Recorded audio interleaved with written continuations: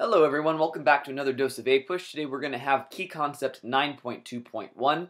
This one's going to be all about technological and economic changes in the information age. So remember, we're dealing with the years 1980 to the present in this last historical period. So we're looking how technology and the economy were changing all throughout this time period and what's going to be the effect on our economy and what's going to be the effect on average everyday people as well. We talk about all the industrial age, right? We're talking about the information age where suddenly information and technology and communication is much more available, and it's going to make some pretty radical shifts in how our economy works and how people's everyday life works as well. Here we go.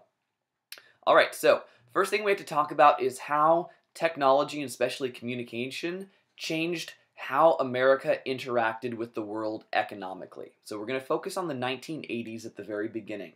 And what we saw in the 1980s is that the culture felt a little bit like the 1920s, where material wealth was really celebrated. After that 1970s era of malaise, we're entering this era of economic growth, expansion, especially in Wall Street for the people who were much richer than others. So what that means is that we get into a time period that was radically different from the 1970s in what kind of the hopes were that you could gain in your lives. And what we're going to see here as a result is a larger gap in income between the very wealthy and the very poor. So yes, the economy of the 1980s had some great success, but mostly for those at the top and not so much for those at the bottom or in the middle class. This kind of shows that Reagan's idea of trickle-down economics isn't actually reaching all the way down as they theorized that it would. Okay, so now we're getting to really what the left says more or less with that description over there is how technology is affecting our relationship with the world. It's in the 1980s when computers change in a way. So they're really we can all go all the way back to the 1930s, 1940s for there to be an idea of a computer, a giant machine that would process information and do kind of basic math and computations so people didn't have to do them by hand. These things were the size of several rooms. They were pretty clunky. I mean, they did what they needed to do, but they're really not what we think of as computers today. It's in the 1980s where we get the concept of a personal computer. And if those personal computers and those much larger ones are being used by businesses instead of having people doing the work, then that's going to lead to an increase in productivity. But what's going to happen with those people who used to do those jobs? They're going to have to use those people either somewhere else in the company, or those people are going to be laid off. They're not going to have a job anymore. It's going to kind of change what the economic prospects were and change what the labor sector is like. We'll talk about it in a little bit. The main focus here is what's going to be the effect of computers and technology in terms of communication. One barrier to globalization in the past had been slow communication. I mean, just think, back even in early America, we always talked about how transportation over land was difficult and slow, so it was always over the ocean or over waterways that became so much quicker. We're now in the era where communication is nearly instantaneous, and what that's going to mean for the economy and for businesses is everything moves a lot faster, especially within sort of worldwide capitalism, where the goal is to buy and sell things, to interact. We're going to become increasingly reliant on the rest of the world too for our trade because it's so much easier to connect. Now, some growing powers within this time period is China. So what you need to know about China is that back in the early 1950s, they transitioned to a one-party communist state. And what that meant is that they were pretty much closed off to trade and foreign diplomatic relations for a long time until the 1970s with Nixon, where he tried to open up those communications again. By the time we get into the 1990s especially, China is still a one-party communist state governmentally, but they're incorporating elements of capitalism into their economic system because they realize that's the way that they can grow as an economic power, which will then bring them more worldwide political power as well. So this begins once China is willing to open up to the rest of the world. They're going to have much cheaper labor and products. It's going to sort of have a disadvantage for us in the US, but an advantage for driving down costs for products everywhere. Another growing power is the EU, that is the European Union. Now, this eventually happens. Initially, it was just an economic community, the EEC, the European Economic Community, where many European powers, they weren't politically united, but they took away things like tariffs so that they could trade more easily despite having different currencies. When the European Union kind of reaches its peak in the late 90s, early 2000s, is they become unified with the euro, one unified currencies. There's some holdouts like Britain and Norway and Denmark and Switzerland, a few others. But what this happens is they have greater dependence on each other and fewer political barriers for their interactions. What that's going to mean is suddenly Europe is operating as almost like one economy instead of individual economies. So these are growing powers that we must now compete with, but also work with to help ourselves. So it's within this time period where economic alliances start to become much more important. I'm just going to name two for you. One is called the World Trade Organization. So this is a private organization in which countries work together to regulate what tariffs and economic relationships will be like between the countries. So because every country realizes that having the world open to them for trade is going to increase their own GDP, and what they're able to trade and export, it's going to be helpful to have a kind of a medium, kind of a place where they can meet up, negotiate this stuff to have sort of seamless relations as time goes on. Now, this is going to lead to sort of capitalism very much getting ingrained in the world economy. So there is opposition to the World Trade Organization from more radically left groups where they see organizations like these taking economic power out of the hands of the people and putting it into the hands of the very few. More of a political group that ties in with economic alliances, though, is the Group of Eight. Technically, now where we are in 2017, it's just the G7 instead of the G8 because Russia was uninvited because of some of their economic and political practices that were not going along with the rest of the goals. Now, what this was is it's where the world leaders from the largest economies meet together and all their associates in one of those countries every year to look at their economic treaties and trade agreements and to renegotiate them if possible. They also have ways of going to the G20, okay, where it's now the 20 largest economies, where they invite other places to also make those agreements. So let's see if I can name all of them. The countries in the G8: the United States, Canada, United Kingdom, France, Italy, Japan, and Germany. So that's 7 plus Russia, who is no longer invited. So to just the G7 now.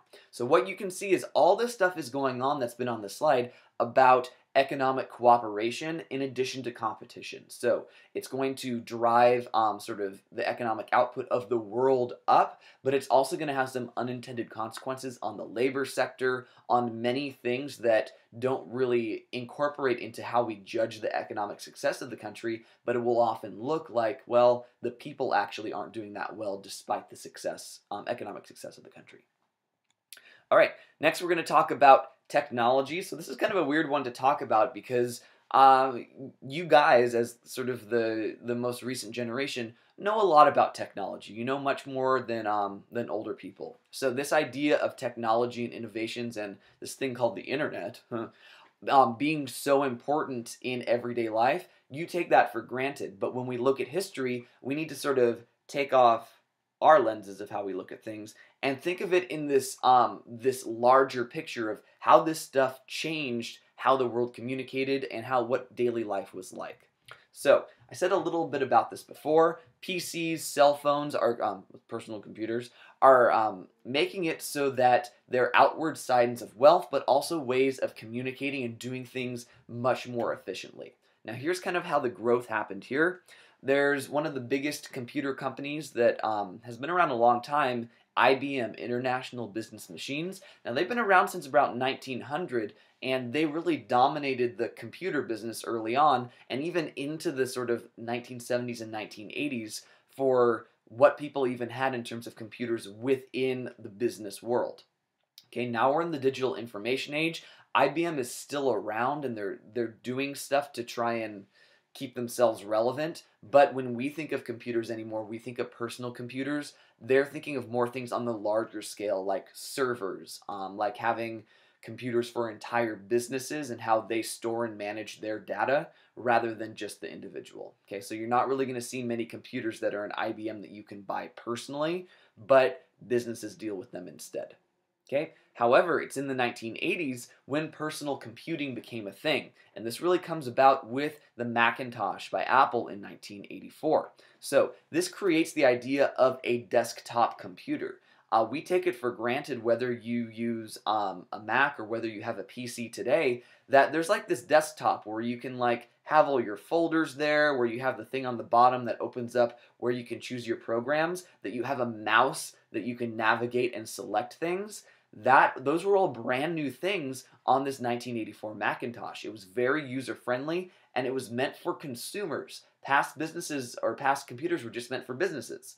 So what that meant is that they could be a little bit clunky. It was hard to navigate. You had to kind of understand how code worked a little bit to access different programs. They were very rudimentary in how we think of them now, but it really simplified things so much back then. You can see something kind of funny here on the right, an advertisement for a computer back then. So, only $3,500, but it's got a 10 megabyte hard drive, so, you can store a lot of stuff.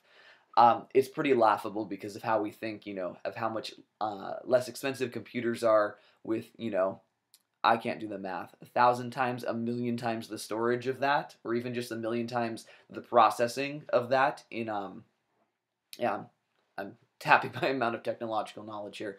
All I want to say is, like, my dad talked about this, and he told me that he paid about that much for a computer back in the 80s. He's an accountant, but he's like, you have no idea. There were spreadsheets on there, like Excel or Google Sheets, but more rudimentary. He's like, you have no idea how much time this saved me if I can just have one formula and it computes it for every single thing instead of having to do it by hand and having formulas and giant pieces of paper to calculate all of it.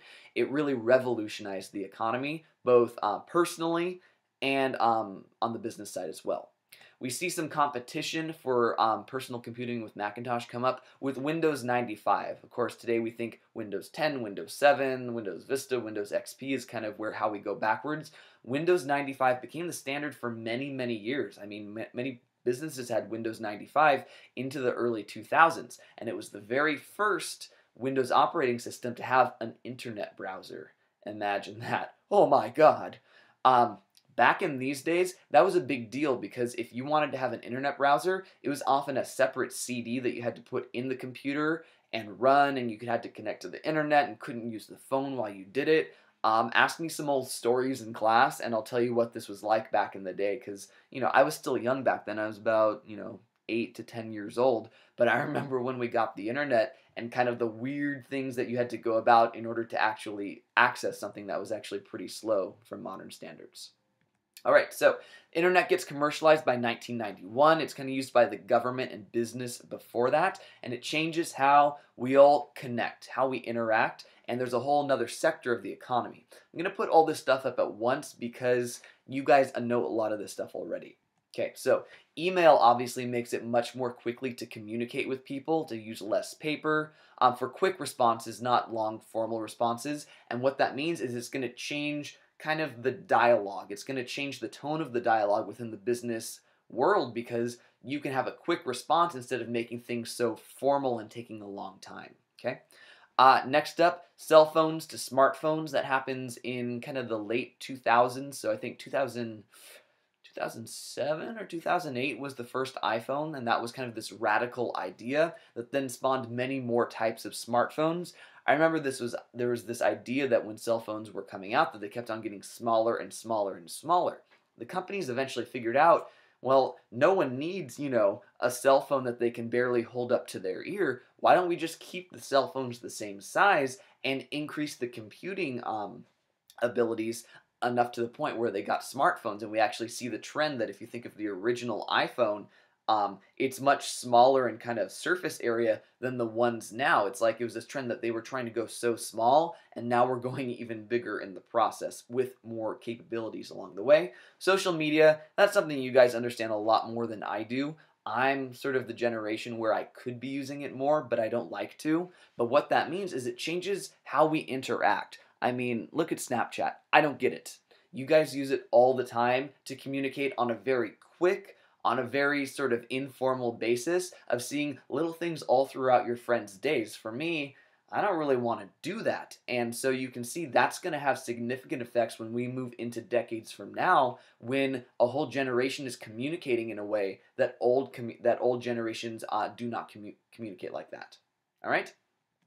Next up, what do we have? So talking about how the economy was changing in terms of labor.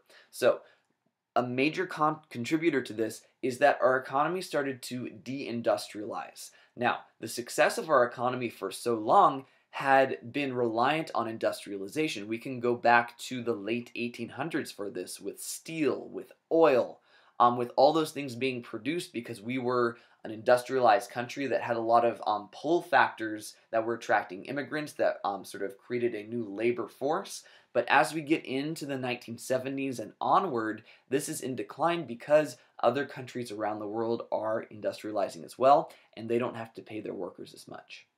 So this is the area on the right here, that area in yellow. It's called the Rust Belt. It's in the Midwest. It's called the Rust Belt because this was where there were many industrial businesses. So the steel industry, the auto industry. Rockefeller was from Ohio. That's where he had his whole oil industry focused. But as we move forward, this is going to be an area in decline because all those jobs are leaving and they're not coming back. Part of the reasons they were disappearing was because of globalization.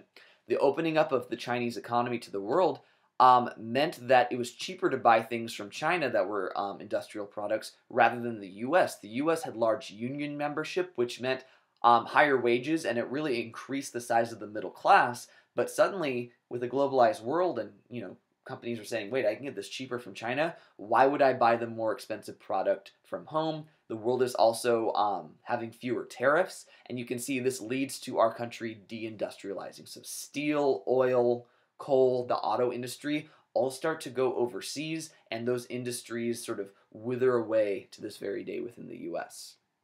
Okay? What we get as a result, speaking of China again, is a trade deficit with them, where we're buying more from them than we're selling to them. And you don't want that for your economy because it means that you are contributing to China's GDP instead of them contributing to our GDP.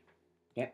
Another part of this is as the economy deindustrialized, there is a decrease in union membership. So all those jobs that used to be unionized, coal miners, auto workers, steel workers, those jobs are disappearing because those industries are disappearing.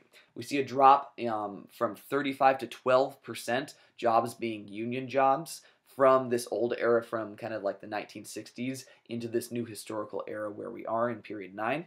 So because there was less membership, there was less organizing. So suddenly you had fewer members. It meant that you couldn't put pressure on the business owners and the business community to do things that fit the workers' needs, so they had less influence. So unions dwindling, industrialized jobs dwindling, and like I said, they're not coming back. So you have the question probably, well, what jobs were there? People still have to work. We see service sector jobs grow. Service sector means where people aren't making the things themselves, but they're facilitating how the things are bought and sold. So often more likely desk jobs than actually working in a factory. Okay?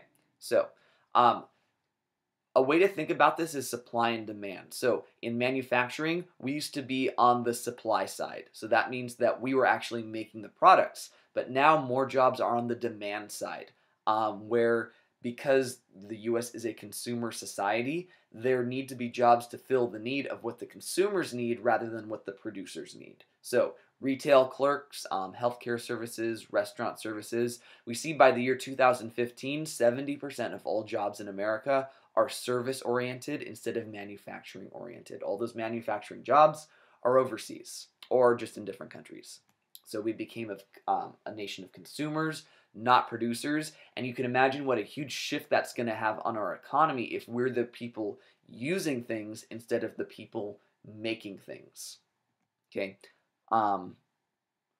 so jobs that are service sector jobs do not have the influence to unionize, because kind of like those jobs where it was kind of like the division of labor, very simple things.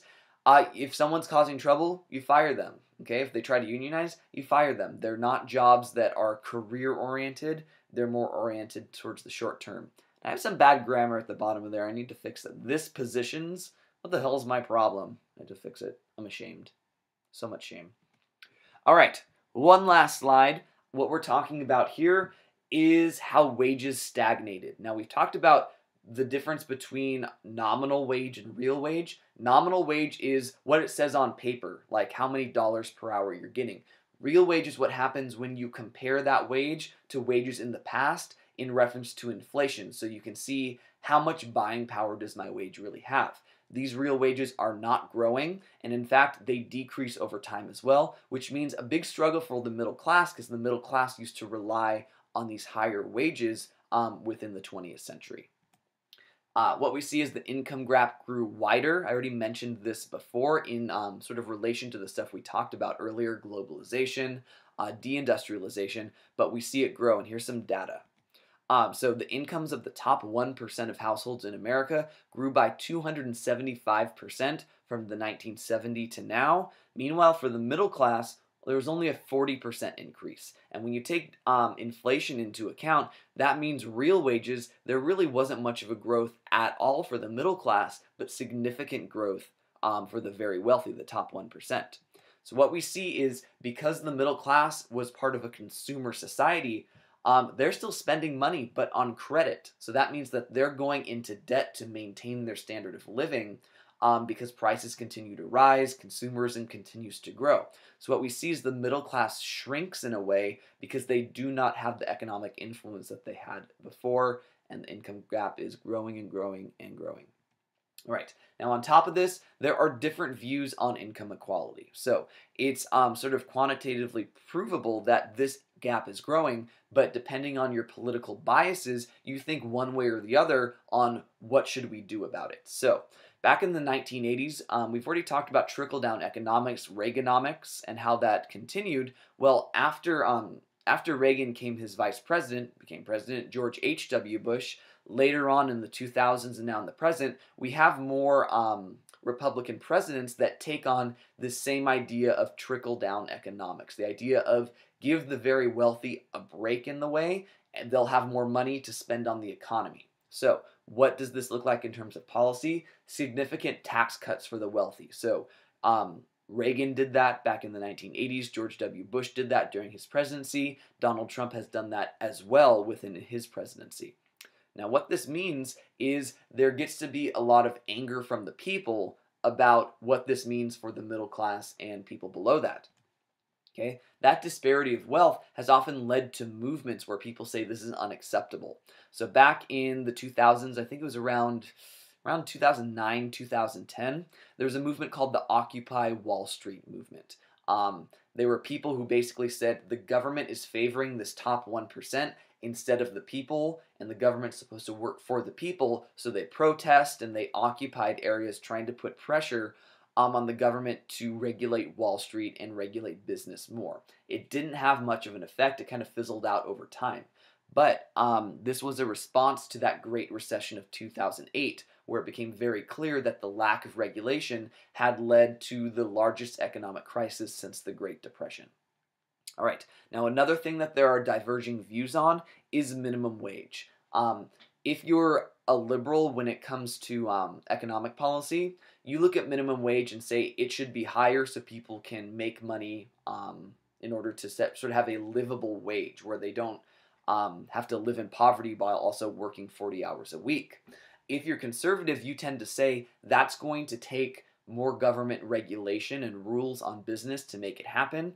Businesses will then not have incentives to be economically successful, and therefore the economy will not grow and it will stagnate in the process. So kind of that same argument that existed when we got in the birth of the new right in the 1970s and into the 1980s. Here's some data about minimum wage across time. Because we have had this sort of conservative trend from the 1980s to the present, we saw from 1997 to 2007, there was no increase in the federal minimum wage. But here's what happens. The federal minimum wage, that nominal wage, is the same for a long time, but just because of the way the business cycle works, inflation happens every year. So every single year, the average rate of inflation for that 10-year period was about 3%. So put this in terms that we can understand. In 2007, things, average everyday things, cost 30% more than they did in 1997, but people who were working minimum wage jobs, their wage had not changed a single cent. So what that meant is that their dollars could go only about 60% as far as they were able to go back in 1997. And that's why there is this disagreement about the minimum wage. They say, should it keep up with inflation, or will keeping it up with inflation cause inflation to grow even more? Okay, there is today a push among liberals for an increase in minimum wage.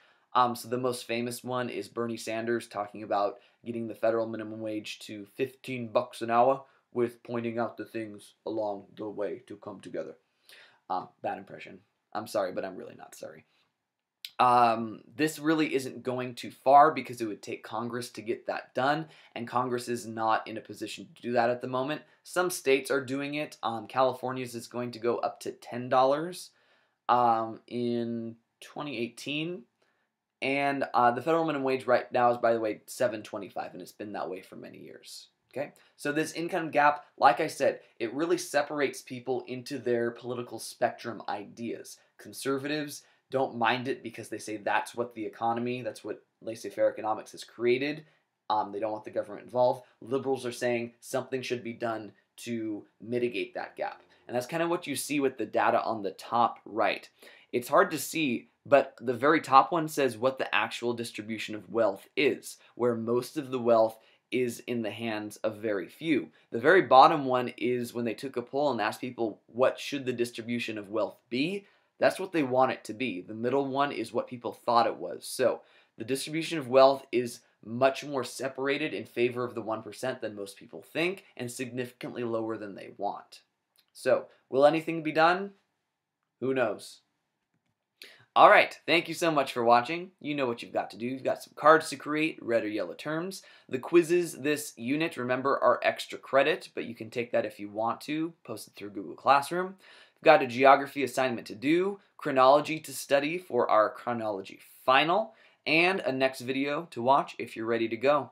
So this is Mr. Chodola signing off. Thank you for watching as always, and I'll see you in class. Bye.